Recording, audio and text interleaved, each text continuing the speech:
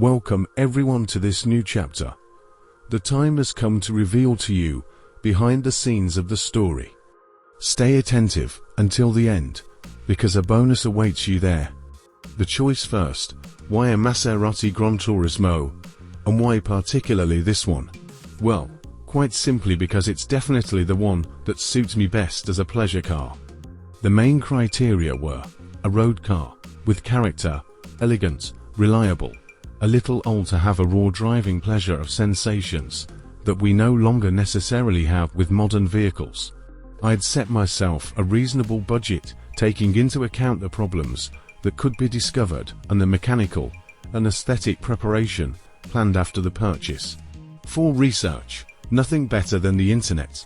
It's fast, simple, you cast a wide net, and it can be done at home when you want and when you can. So I started following the announcements on specialized sites, either for sales between individuals or for offers from professionals, in France and in Europe, and it was on one of these that I found it. It was with a professional Swedish seller. Big problem. Never, ever, had I bought or imported a foreign vehicle. Moreover, from so far away. You are going to tell me that there are agents who could have done the work. Oh no, an exceptional purchase, exceptional behavior. Let's get started. First difficulty. What is the best procedure to follow? Obviously, the first thing to do was to contact the seller.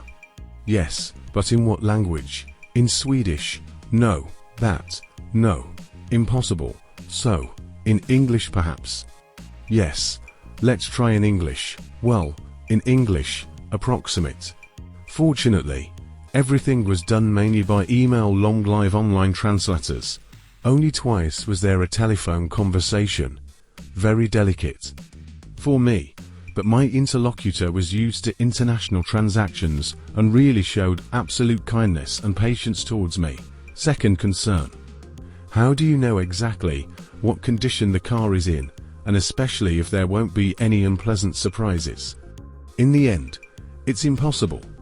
It's a gamble even after asking for I don't know how many documents, photos and even videos. I got the answers very quickly and sometimes with more information than I had asked for.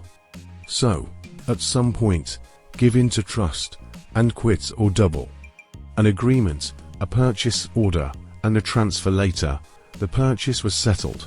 Third problem, transportation. Obviously, there was no way I was going to look for her. Too far and too complicated. She had to be brought in. To solutions, an independent conveyor, French or foreign, who does not pick it up and who brings it back by road. I didn't want her to drive 1,000 kilometers from the start with someone I didn't know behind the wheel, nor for anything to happen to her during the journey. 1,000 kilometers is not nothing. In addition, this option was extremely expensive. Normal, there remained one transporter. I didn't know any of them.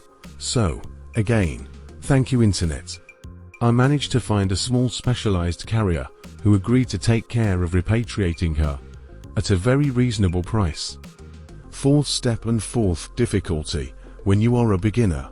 Administrative matters. The famous papers. Already, mine were all in Swedish. However, whether it is the order form or the registration document, they absolutely must be in French for the French administration. So we had to look for a translator. You have plenty for the classic languages, English, Italian, Spanish, German, but unfortunately Swedish is not a very international language. There is not much choice. In addition, they must be approved by the courts for the process to be administratively acceptable. Cousin Siegfried is of no use in this regard. Fortunately, there are still 2 or 3 in France. All this happened in September. The car arrived in December.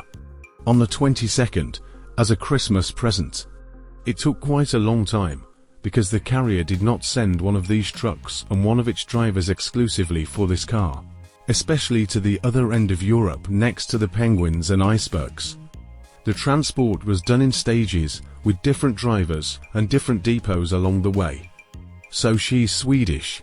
Have you seen its original registration? I don't know if it was done on purpose, but it was registered MSE, which are the first, third and fourth letters of Maserati. Did the first owner manage to have this registration voluntarily, or was it pure chance? Not knowing the Swedish registration system, I have no rest, but if anyone here knows it, don't hesitate to teach us something by telling us in the comments. If we can buy a personalized plate or choose your numbers. This is how the vehicle got here, and what the different stages were. Now there remains the preparation. Well, it will be the subject of another video, which will be released very soon. In the meantime, thank you for taking the time to complete this first part of the history. If there are any questions, the comment area is there. I will answer them as quickly and as precisely as possible. See you soon. I'll leave you with a bonus.